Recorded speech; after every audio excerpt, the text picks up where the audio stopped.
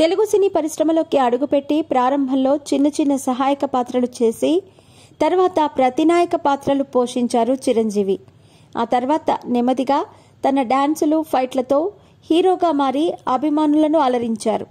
ఈ క్రమంలో supreme hero నుంచి మెగాస్టార్గా ఆవిర్భవించారు. సుమారు 4 దశాబ్దాల నుంచి అగ్ర కథానాయకుడిగా కొనసాగుతున్నారు. కొంచెం డబ్బులు సంపాదించిన తర్వాత చిరంజీవి చారిటబుల్ ట్రస్ట్ పేరుతో సమాజానికి సేవ చేయటం ప్రారంభించారు. బ్లడ్ బ్యాంకును, ఐ బ్యాంకును ఏర్పాటు చేశారు.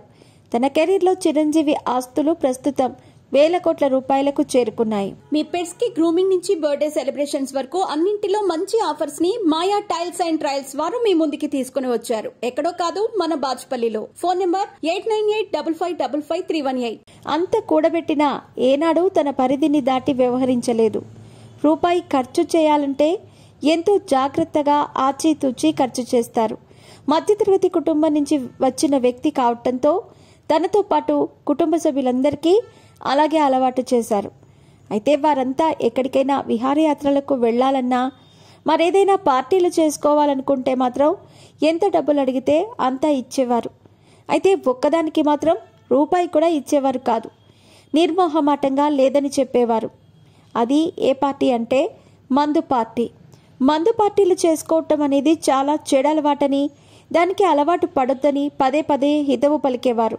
ఒక్కసారి మందు తీసుకున్నా అది క్రమశిక్షణ తప్పినట్లవుతుందని, అందుకే తాను దానికి వ్యతిరేకమని స్పష్టంగా చెప్పేవారు.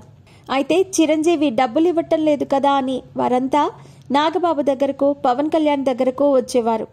వారు కూడా చిరంజీవి బాటలోనే పయనిస్తున్నవారు కావటంతో అక్కడ కూడా వీరికి చుక్కెదురయ్యేది. స్నేహితులతో సరదాగా చేసుకునే పార్టీలకు, ఇంట్లో జరిగే పార్టీలకైతే డబ్బులిస్తాం, కానీ మందు పార్టీలకు ఎట్టి పరిస్థితుల్లోనూ ఇచ్చేది లేదని కుండబద్దలు కొట్టినట్టు చెప్పేవారు. రూపాయి కూడా ఇచ్చేది లేదని నిర్మోహమాటంగా చెప్పడంతో వారంతా నిరాశపడేవారు. అయితే మనం మంచి బాటలో నడుస్తూ ఉండటంతో పాటు కుటుంబ సభ్యులను, స్నేహితులను కూడా అదే బాటలో నడిపించాలని, మీరంతా స్ఫూర్తివంతంగా నడవాలని, మీరు నడవటంతో పాటు ఇతరులను కూడా నడిచేలా చూడాలని వారంతా వీరికి హితవు చెప్పేవారు. అందుకే వారికి మందు పార్టీలకు మాత్రం చిరంజీవి నుంచి రూపాయి కూడా ఇవ్వలేదు. ఇప్పుడంటే అందరూ హీరోలై ఎవరికి వారు సంపాదించుకుంటూ పార్టీలంటూ ఎంజాయ్ చేస్తున్నారు.